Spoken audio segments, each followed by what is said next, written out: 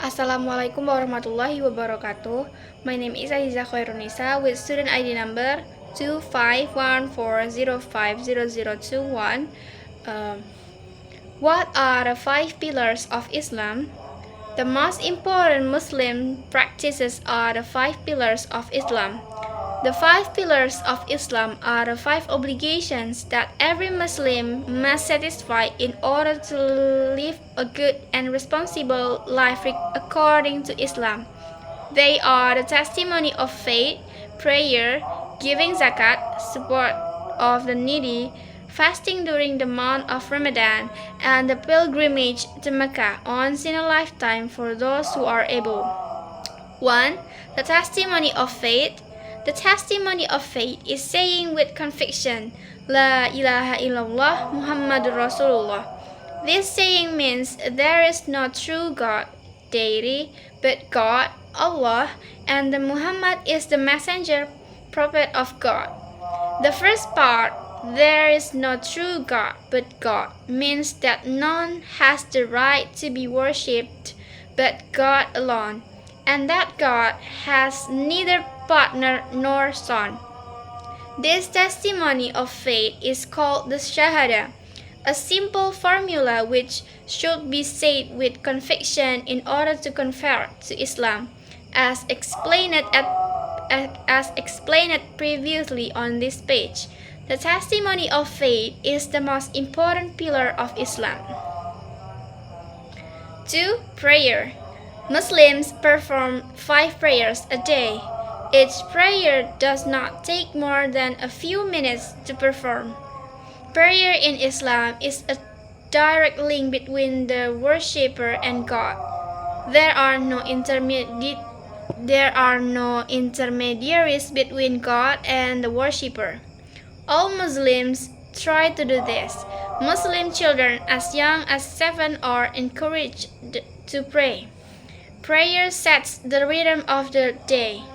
This prayer timetable gives Muslims the pattern of their day. In Islamic countries, the public call to prayer from the mosques sets the rhythm of the day for the entire population, including non-Muslims. A universal Muslim ritual, the prayer ritual, which is over 1,400 years old, is repeated 5 times a day by hundreds of millions of people all around the world.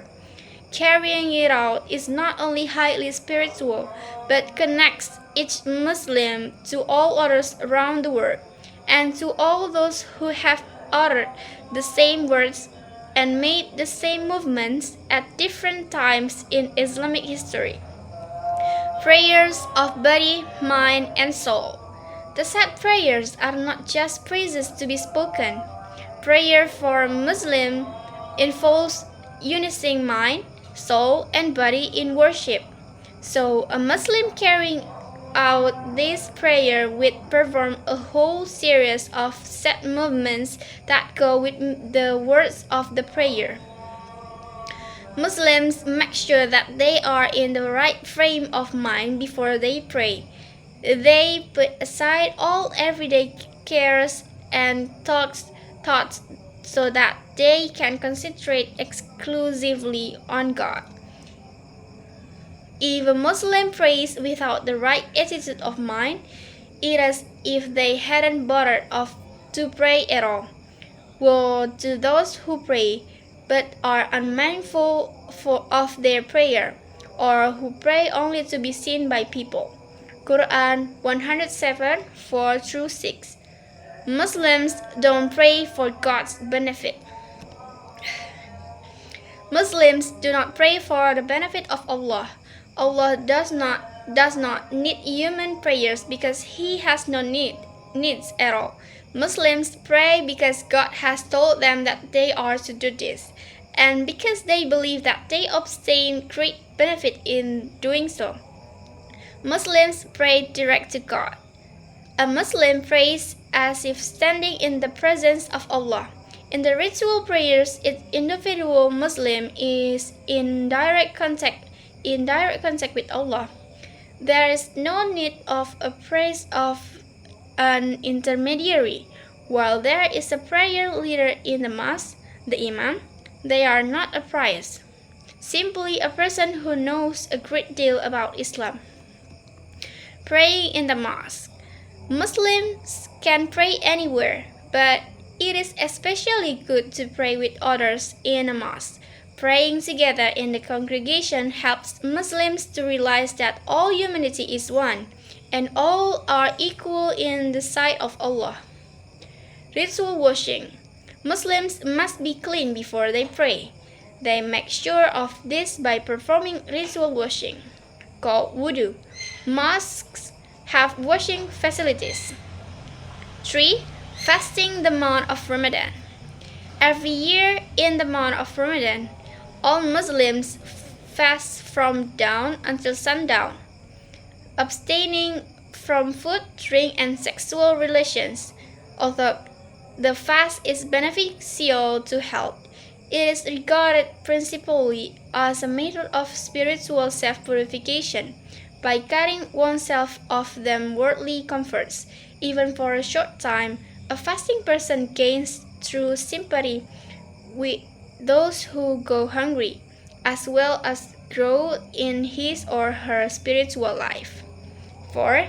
Giving zakat, support of the needy.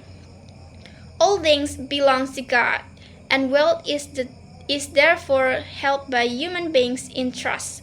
The original meaning of the word zakat is both purification and growth. Giving zakat means giving a specified percentage of certain properties to certain classes of needy people. Zakat does not refer to charitable gifts given out of kindness or generosity, but to the systematic giving of 2.5% of one's wealth each year to benefit the poor. The percentage which is due on gold, silver, and cash funds that have reached in the amount of about 85 grams of gold and held in possession for 1 lunar year is 2.5%.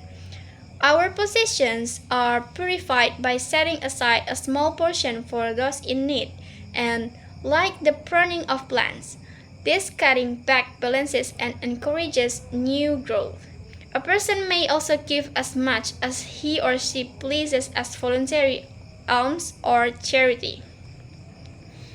5. The pilgrimage to Mecca.